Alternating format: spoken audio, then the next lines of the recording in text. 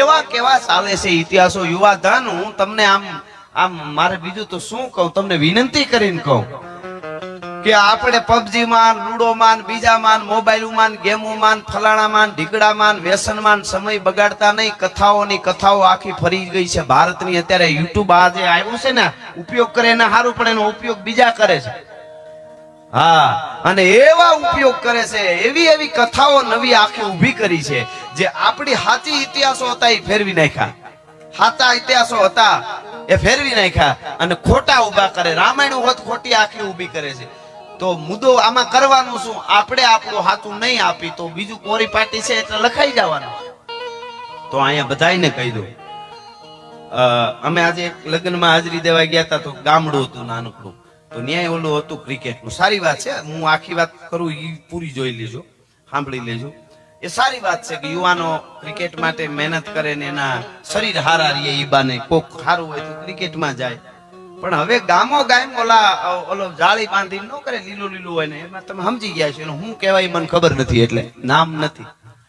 આ ક્રિકેટ શીખવાનું હોય ને ઈ ગામો ગામ આવ્યું, સારી વાત છે.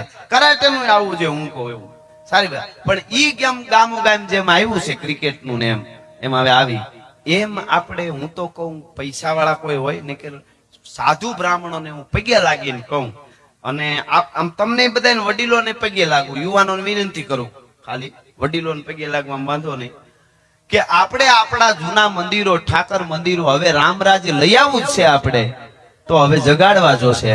અને ગામને પૂંજાર જે કરતા હોય પૂંજારી, એને કોઈ દી કઈ ઘટવું ન જોઈ, તો જ અયોધ્યા ધક્કો ખાઈજો. નકર અયોધ્યા સુધી જવાની કોઈ જરૂર નથી. આપણા ગામના મંદિરમાં પૂજારી જો ભૂખ્યા રહેતા હોય, એને જો હારી ગાડી ન હોય, આપણે ફરતા હોય, તો પછી અયોધ્યા વાળાને બધી ખબર પડે કે તમારે શું લેવાય ભાઈ. એ તો હકીકત છે ને. પણ કહેવાનો અર્થ એટલો કે ન્યા મંદિરોમાં આપણે કથાઓ ચાલુ કરી. કેવી? ભાગવત કથા, રામાયણ એટલી જ નહીં, એના કોઈ કોઈ દાખલા લેવા.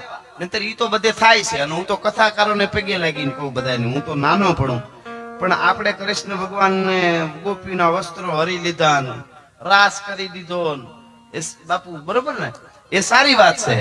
પણ હવે આખી કથામાં જો ખાલી રાસ ને એટલું જ આવતું હોય તો આપણા ભગવાન ઉપર બોલવાનો ઘણા મોકો મળી જાય. ઈ કાળિયા ઠાકરે રાસ લીલા ફલાણું ઢીકડું ઈ ખાલી 11 વર્ષ કર્યું છે. 111 વર્ષ કર્યું છે. 115 વર્ષ સુધી કાળિયો ઠાકર હું કર્યું છે ને ઈ દુનિયાને ખબર પડે ને તો આપણે સનાતન માટે કોઈને દોરવા નહીં જવું પડે. બધા એમનેમ આવ્યું છે અહીંયા.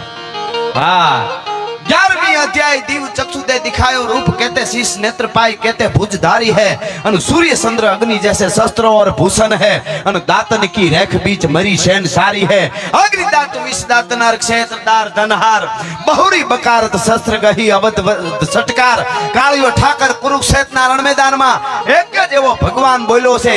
दुनियाना कोई भगवान कोईना एवा बोल्या छे के हूँ एक सुपर पावर वर्ल्ड में जे काम करी रह्यो छे ब्रह्मांड में एनो हूँ बाळक छूं.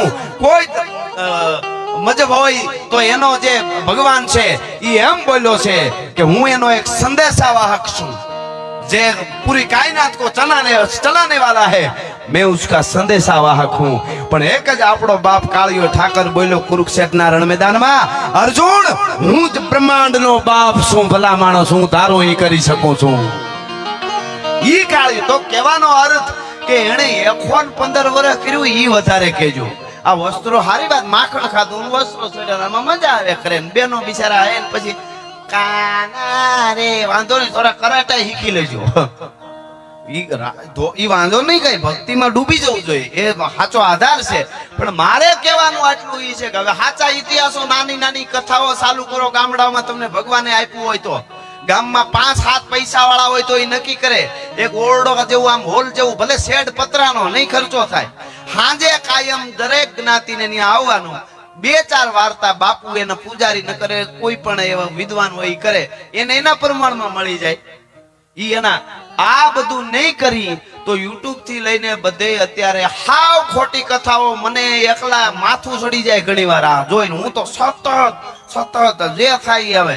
નકર અમે દૂધ બહુ પીધા, અમારે ઘડીકમાં નંબર ન આવે તો હવે એવું લાગે ગાવી જાય એટલું વાંચી છે જોઈ છે. પણ એવું કઈ એવું નથી, પણ કહેવાનો અર્થ હક ન થાય. અને તમે એકવાર એમાં ઉતરી જાઓ પછી તમને હક થાય તો મને કહેજો કે સમય નથી જાતો ને ગેમ રમવી એ તો યાદ જ નહીં આવે. અટાણે તો યુવાનો કહે છે એકચ્યુઅલી લૂડો રમી છે, સમય નથી જાતો તો બોર્ડમાં આંગળી નાખે. એક તો 100 વર્ષ જીવતા હતા એમાંથી 70 ને 60 પૂગી ગયા આપણે. આપણી ઉંમરના ભાઈ 60 હવે પૂગશું આપણે, મને એવું લાગે. પછી કદાચ પૂગી તો એ પછી મેળ વગરનું હોય બધું. એમ કે શરીર આખું માંડ ઉપડતા હોય, ઊભા થાય 60 70 પૂરું અમારી ઉંમરના. મને એમ લાગે છે આ વાતાવરણ પ્રમાણે એકચ્યુઅલી આપણે પ્રગતિ કરી ને, કેવડી પ્રગતિ કરી. 100 વર્ષેથી 60 70 પુગાડી દીધા. તો કહેવાનો અર્થ મારો ઈ છે, હા પ્રગતિ કઈ જેવી તેવી આપણે. એટલે હું એક ભારતનું જ કહેતો, દુનિયા આખી પૃથ્વીના ગોળા માથે જે પ્રગતિ કરી છે. અને ઘણા તો કે જમાનો આમ થઈ ગયો તેમ થઈ ગયો ને હવે તું થઈ ગયો છો કઈ. 100 વર્ષ પહેલા મરચી જેટલી મીઠી હતી એટલી જ આજ મીઠી છે, તીખી છે. તીખી હતી એટલી મરચી. આવડું કેવું તીખું હોય તો એ એટલું જ તીખું પાછું. ઓલું આવડું સુરતમાં મરચું આવે 100 વર્ષ પહેલા. અરે 100 ની ક્યાં કરો, 500 વર્ષ પહેલા મરચું જેટલું તીખું તો એટલું જ તીખું. 500 વર્ષ પહેલા કેળું કેટલું ગળ્યું હતું એટલું જ ગળ્યું. 500 વર્ષ પહેલા હેરડી મીઠી હતી એટલી જ મીઠી. 500 વર્ષ પહેલા લીમડો કડવો હતો એટલો જ આજે કડવો. નો મૂક્યું, મીઠાશ નો મૂકી, કેળાએ ગળપણ નો મૂક્યું, મરચાએ તીખાશ નો મૂકી, માણહે મૂકી દીધી ને એટલે બધું આમ થઈ ગયું છે. બીજો કાંઈ વાંધો નથી. એટલું જો આપણને સમજણ આવી જાય ને ખબર પડી જાય તો કહેવાનો અર્થ કે હું આજથી જ મેં આ પહેલી વાર વાત કરી કે ગામો ગામ ક્રિકેટ ના શીખવાના બધા હોય નાની મૂળ મુદ્દાનો સાર. મને બહુ દુઃખ થાય છે. એટલે કહું એવી કથા હમણાં અમારે બીજા ધર્મના ઓલા ધર્મગુરુઓ બધા એ બાજુ આવ્યા હતા ને પછી હું તો ગોતીને ગમે ત્યાંથી એને સાંભળું થઈ મને હક થાય. અને પછી એને જે કથાઓ કીધી છે હું એને જરા એ બોલ્યો છે એનામાંથી એને કઈ કેવું નથી મારે. શું કામે ખબર?